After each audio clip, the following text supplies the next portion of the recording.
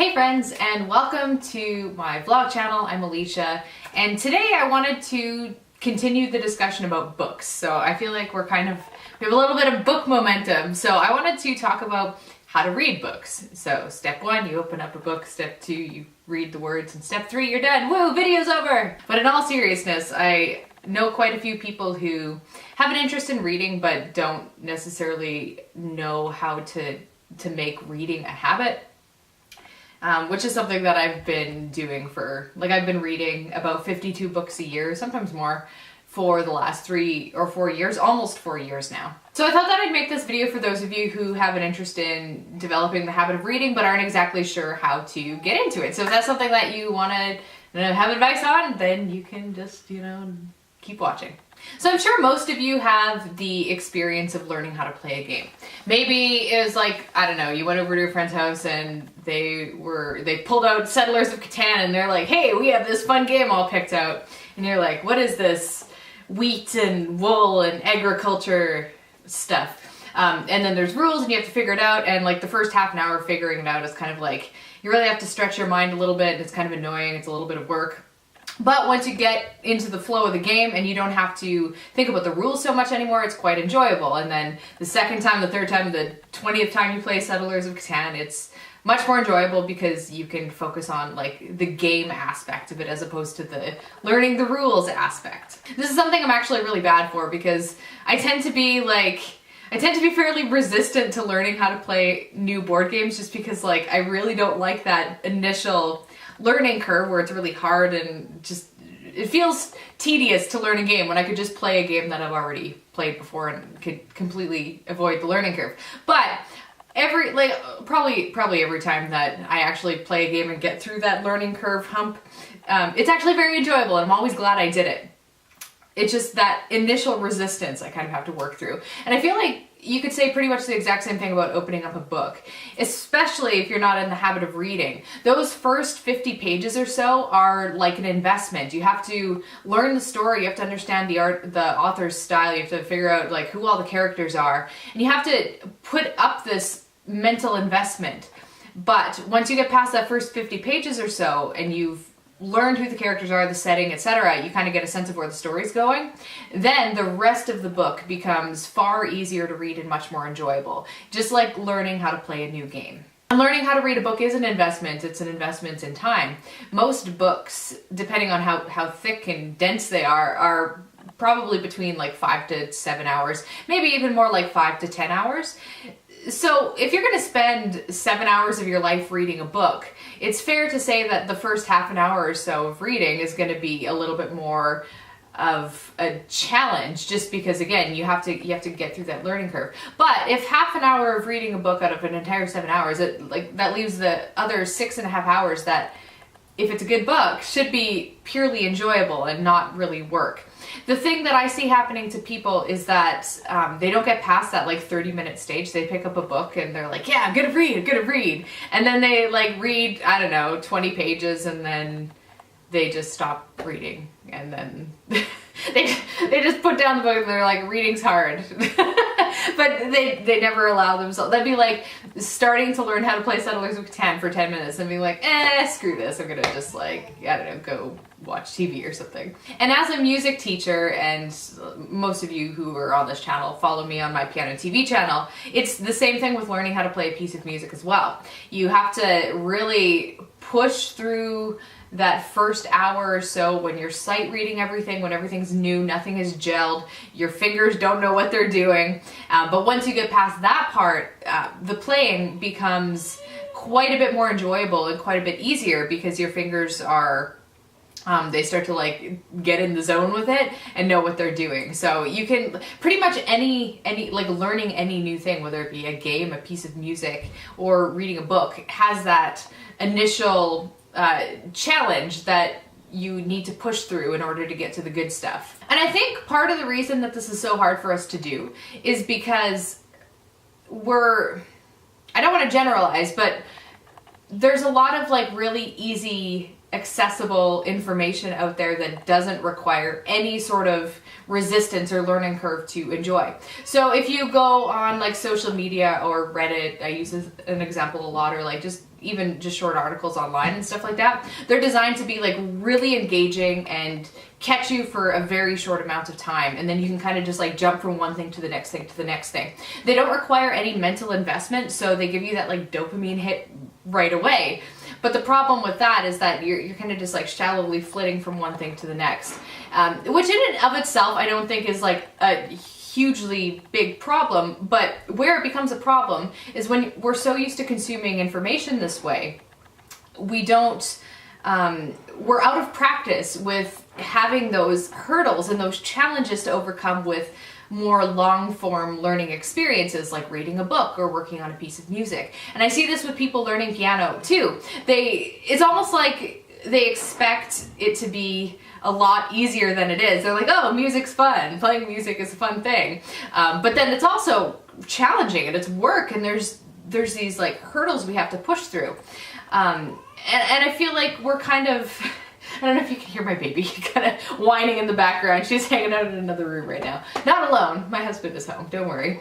So if you start getting into the habit of reading books, maybe the first one's going to be really hard because you have to get used to that resistance, and your mind's just going to be wanting to put it down, do another thing, do a different thing. But once you start getting in the habit of reading books or learning music or learning games, then it becomes much easier to that initial hurdle seems more of like an inviting challenge as opposed to one that you're like, that's too much. It's sort of like, bring it on, bring on the challenge. I also want to make a note between fiction and nonfiction, because in some senses, fiction requires the greater mental investment, because if you're reading a nonfiction, you don't have to like invest in a setting or characters or anything like that, unless you're reading like a historical book or something like that. For the most part, like a nonfiction book you can pick up and it's pretty like straightforward, but with fiction, that's where you have to put in a little bit more work. So I would say, like, if you're just starting getting into reading, pick something that will be purely enjoyable, something that, I don't know, not like a should read, but a want to read. So, you know, maybe you don't start with Anna Karenina, but maybe you start with Stephen King. I went through a big Stephen King, I don't know if that must have been last year, or maybe it was this year. Or the 2 year, I can't remember. But I read like a dozen Stephen King books, and so like there's no harm in that. And Stephen King, he's an easy read, but I also think that he's a very good author. So I'm not trying to pick on Stephen King. But if you do want to get into reading being an enjoyable habit, pick books that you think will be like, even if they're like guilty pleasure, even if like you really want to read the Twilight series or something, like whatever it is, don't worry about reading something that is like super sophisticated that people think like, oh wow, you read that book. Just pick something that'll be purely fun, and that'll get you over some of the resistance of starting a new habit. And then once you're in the habit and reading becomes easier for you, that's when you can get into some of the more dense books if that's what floats your boat.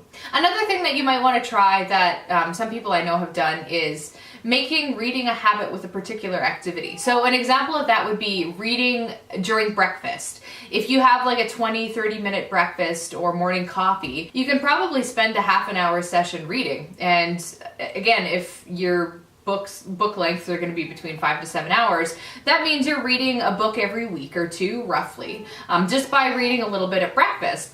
But what you'll find is if you're, really invested in a Stephen King book and you're in the last 3/4 of the book and you're reading at breakfast, you might also find that you're going to want to read a little bit at lunch or maybe in the evening too, because it gets really engaging.